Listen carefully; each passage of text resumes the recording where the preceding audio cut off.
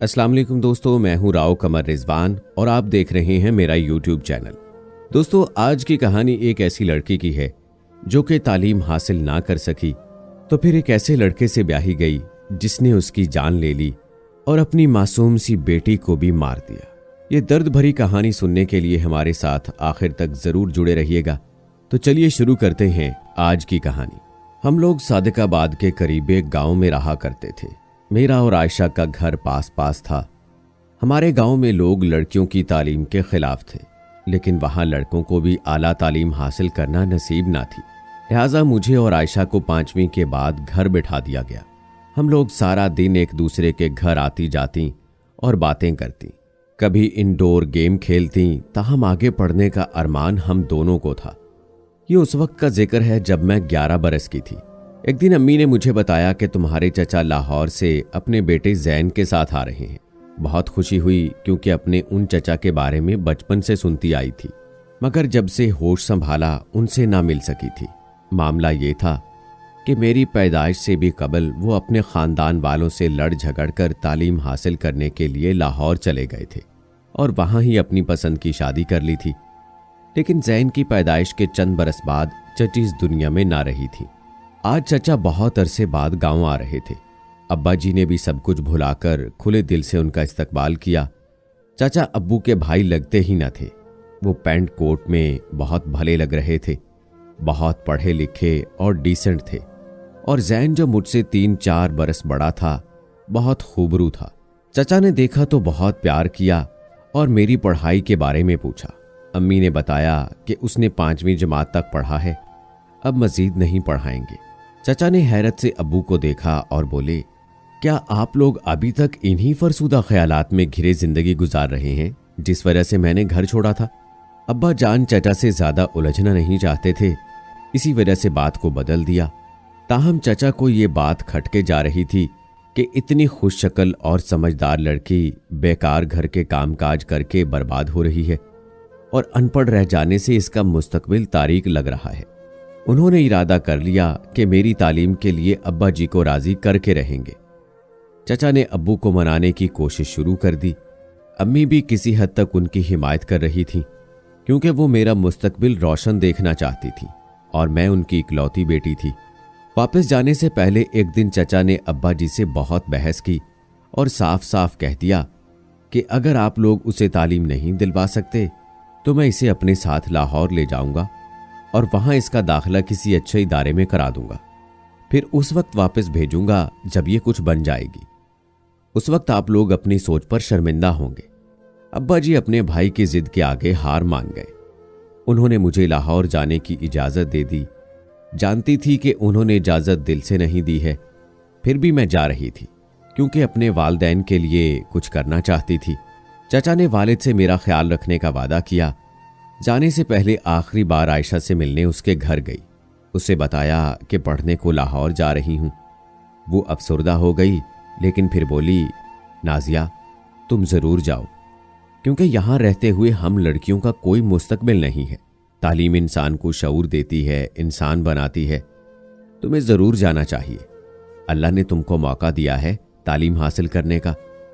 यकीन है कि तुम्हारे लिए वहां जाकर पढ़ना यहां की जिंदगी से बेहतर होगा। उसने दुआ दी कि खुदा करे तुम कुछ बनकर ही लौटो।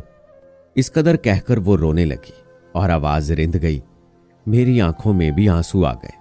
मैं चचा के साथ लाहौर आ गई।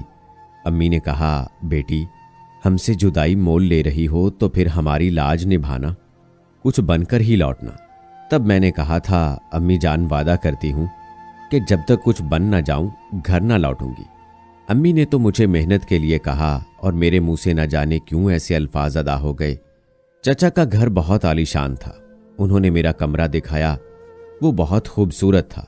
उन लोगों का रहन सहन देखकर सोचा, काश मेरे वालिद भी पढ़े लिखे होते तो आज वो एक मामूली किसान ना होते और हम भी इन्हीं लोगों की तरह रह सकते। जैन के घर मुझे हर तरह का सुख और आसाइशें मुयस्सर थीं। फिर भी गांव की याद आती, खास तौर पर आयशा। मेरे लिए लाहौर शहर का माहौल बहुत अलग था। यहाँ के लोग और यहाँ की बातें सब कुछ मुख्तलिफ था। मैंने इससे पहले कभी गांव से बाहर कदम नहीं रखा था। शायद इसलिए ये सब मेरे लिए बहुत अलग था। लेकिन फिर आहिस्ता आहिस्ता खुद को यहाँ के माहौल में ढालना शुरू कर दिया। चचा ने बहुत प्यार दिया। वो मुझ में और जैन में कोई फर्क ना रखते थे। जैन की भी मुझसे दोस्ती हो गई। पढ़ाई के बाद टीवी और कभी गपशप में अच्छा वक्त गुजरता था। अक्सर चचा हम दोनों को छुट्टी के दिन सैरो तफरीह के लिए ले जाते। दिन इसी तरह गुजरते गए। मैंने मैट्रिक कर लिया। रिजल्ट आया तो मेरे बहुत अच्छे नंबर आए थे। बहुत खुश थी। मुझसे ज्यादा मेरे चचा खुश थे। उन्होंने मेरा दाखिला बहुत अच्छे कॉलेज में करवा दिया। एफएससी भी आला नंबरों से पास हो गई। जैन ने पढ़ाई में बहुत मदद की थी। वो खुद भी ज़हीन था और उसने मेडिकल कॉलेज में दाखिला लिया था। मैंने भी इसी शोबे का इंतखाब किया। चूंकि नंबर बहुत अच्छे थे, मेरा दाखिला भी इसी कॉलेज में हो गया जहां जैन पढ़ता था। चचा की खुशी काबिले दीद थी। उन्होंने गांव फोन करके सबको ये खुशखबरी दी। अम्मी मसरूर थीं और अब्बा जी मुझ पर फख्र करने लगे थे। गर्ज मैंने तालीम हासिल करने का जो चैलेंज कबूल किया तो डट कर मेहनत भी की और जैन ने भी भरपूर मदद की। उसका तो उन दिनों फाइनल ईयर चल रहा था और मैं उससे काफ़ी पीछे थी। अल्लाह के करम से वो दिन आया जब मेरा MBBS मुकम्मल हो गया। उस रोज़ मुझसे ज़्यादा जैन खुश था, लेकिन इस खुशी के मौके पर आंसू ना रोक सकी क्योंकि मेरे वालिदैन मेरी खुशी में शरीक होने को वहां मौजूद न थे।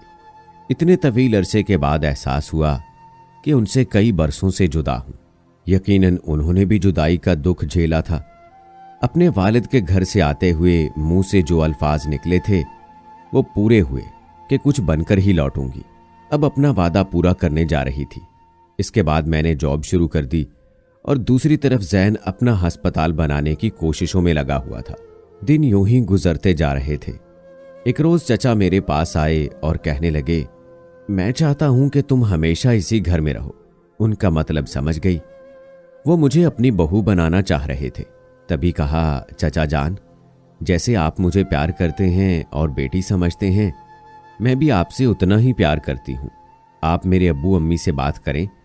अगर जैन को और मेरे वालिदैन को एतराज ना होगा तो मुझे क्या एतराज हो सकता है। मेरी बात सुनकर उनकी आंखों में खुशी के आंसू भर आए। बेटी, जैसे कि पढ़ लिख कर भी तुमने मशरकी लड़की होने का सबूत दिया है, मुझे तुमसे ज्यादा अच्छी और समझदार बहू नहीं मिलेगी। हमारी फुफ्फो भी ये सुनकर खुश हो गई क्योंकि वो मुझसे और जैन से बहुत प्यार करती थी और अब मेरी जुदाई का ख्याल करके अफसुर्दा थी। चचा ने अम्मी अब्बू से बात की। भला उनको क्या एतराज हो सकता था। उन्होंने मुझे चचा को ही सौंप दिया था। जैन मुझे दिल से चाहता था, गरचे चचा जाद नहीं बल्कि बहन कहता था, मगर मशरकी रिवाज के मुताबिक ये हमारे निकाह से पहले की बात थी। जाहिर है निकाह के मामले में तो हम कज़न ही थे। कुछ दिनों बाद जैन का अस्पताल मुकम्मल हो गया। उसने अस्पताल का नाम मेरे नाम पर रखा। हम फिर गांव आ गए। पहली बार हमारे साथ हमारी मुंह बोली फुफ्फो भी आई थी। ये बेवा खातून अच्छे खानदान से थी और अब्बू की मुंह बोली बहन बनी हुई थी। उनको और उनके दोनों बच्चों को भी चचा जान ने ही सहारा दिया था। जब घर आई अम्मी खुशी से रोने लगी। मैं भी उनके गले लगकर रो पड़ी। कितने अरसे बाद आज अपने घर और माँ बाप को देख रही थी। उन्होंने गले लगाकर प्यार किया। फिर अम्मी से मैंने आयशा के बारे में पूछा। वो अफसुर्दा हो गईं और कहने लगीं, बेटा, जब तुम यहां से गईं तो आयशा काफी चुपचाप सी रहने लगी थी। कुछ ही दिनों बाद उसका रिश्ता आ गया। उस लड़के का नाम जुनैद था। शराब और जुए जैसी चीजों का वो रसिया था। जब हमको मालूम हुआ, हमने आयशा के घर वालों को आगाह किया कि ये रिश्ता मुनासिब नहीं है, लेकिन उन्होंने किसी की ना सुनी और आयशा जैसी मासूम बच्ची को उस नशई के हाथ में दे दिया। वो खुशहाली के बलबूते पर खुद तो सारा दिन बाहर रहता और अयाशी करता, लेकिन आयशा बेचारी सास ससुर की लानत फटकार के वार सहती रहती। 2 साल बाद उसके यहाँ एक बेटी पैदा हुई, जिस पर उसका शौहर और ज्यादा लापरवाह हो गया। उसका मैके आना जाना बंद था। इस तरह वो बेचारी उनके जुल्मों से तम बर्दाश्त करती रही। एक रात आयशा की बेटी की तबीयत ठीक न थी। बच्ची को किसी पल चैन न था और वो मुसलसल रो रही थी। जुनैद उसी कमरे में सो रहा था। उसकी नींद टूट गई तो अचानक ही उठकर बच्ची को मारने दौड़ा। तब आयशा से बर्दाश्त ना हुआ और वो मुकाबले पर उतर आई। उसने कहा, मैं खुद पर जुल्म बर्दाश्त कर सकती हूँ, मगर अपनी बेटी को तुम्हारे जालिम हाथों से पिटता नहीं देख सकती। शौहर ने हुक्म दिया तो फिर बेटी को लेकर दफा हो जाओ और मुझे सोने दो। ये मुसलसल रोती है और मुझे सोने नहीं देती। आयशा ने कहा, ये तुम्हारी भी बेटी है, अगर ये बीमार है तो इसका जिम्मा हम दोनों ने उठाना है। मैं अकेली ही करब भुगतूं और तुम सोए रहो। मैं रात को कहीं नहीं जा सकती। सुबह होते ही जुनेद और उसके घर वालों ने आयशा को उसके मैके पहुंचा दिया और फिर तलाक दे दी। वो बेचारी मैके आई तो उसके भाई और भाभी को उसका आना नागवार गुजरा कि घर के अखराजात बमुश्किल पूरे हो रहे थे, ऊपर से ये मुसीबत आ गई। उन्होंने कुछ दिन ही उसे और उसकी बच्ची को बर्दाश्त किया और फिर उसको दूसरी शादी पर मजबूर करने लगे। आयशा अपनी मासूम बच्ची की खातिर दूसरी शादी ना करना चाहती थी, लेकिन भाभी ने यह कहकर उसे रजामंद कर लिया कि मेरा भाई तुम्हारी बच्ची का बहुत ख्याल रखेगा। उसका नाम अनवर था और ज्यादा उम्र हो जाने के सबब कोई उसे रिश्ता नहीं देता था। आयशा ने उम्र रसीदा शख्स के साथ जिंदगी गुजारने पर सब्र कर लिया, क्योंकि अब उसका कोई ठिकाना न था। कुछ अरसे बाद अनवर को नौकरी से निकाल दिया गया तो बेहद चिड़चिड़ा और बदमिजाज हो गया।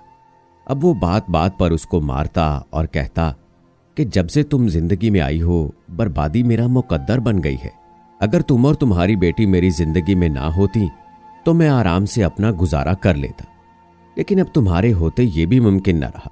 एक दिन जब उसकी बेटी ने घी गिरा दिया, उसने बच्ची को मारना शुरू कर दिया। बच्ची को बचाने की खातिर आयशा आड़े आई तो उसे भी इस कदर जदोकोब किया, वो बेचारी गुर्दे पर चोट लगने से चल बसी। तब उसने उसकी बेटी को भी उठाकर पटक दिया और वो इस धचके की ताब ना लाते हुए हमेशा के लिए खामोश हो गई। इसके बाद वो खुद फरार हो गया। आज तक उसका कुछ पता नहीं कहाँ है और न किसी ने पीछा किया। अम्मी ने जब आयशा के बारे में ये सब कुछ बताया तो मेरी आंखें छलक गईं। मुझसे उसकी दोस्ती मासूम उम्र में हुई थी और बचपन का प्यार इंसान कभी नहीं भुला सकता। आज भी जब उसका ख्याल आता है तो मेरे आंसू निकल आते हैं। आज मैं अपने घर में जैन और अपने बेटे के साथ आइडियल जिंदगी गुजार रही हूँ। यकीनन कभी न कभी आयशा ने भी इस जिंदगी की ख्वाहिश की होगी, लेकिन उस मासूम का अंजाम अफसोसनाक हुआ। मेरी कहानी से वालिदैन को जरूर ये सबक मिलेगा कि वो अपने बच्चों की तालीम पर जोर दें ताकि वो मुआशरे की सख्तियों का मुकाबला करने और अपने बलबूते पर जिंदगी गुजारने के काबिल बने। बेशक आयशा अगर तालीम याफ्ता होती तो इतने जुल्मों से तुम बर्दाश्त न करती, मगर उसके पास तालीम की दौलत न थी, तभी उसका ऐसा भयानक अंजाम हुआ। तो दोस्तों, ये थी हमारी आज की कहानी। उम्मीद है आपको पसंद आई होगी। आज की वीडियो के बारे में अपनी राय कमेंट बॉक्स में ज़रूर दें। मज़ीद ऐसी वीडियोज़ के लिए मेरे चैनल को सब्सक्राइब कर लें। मिलते हैं अगली वीडियो में। अल्लाह हाफिज़।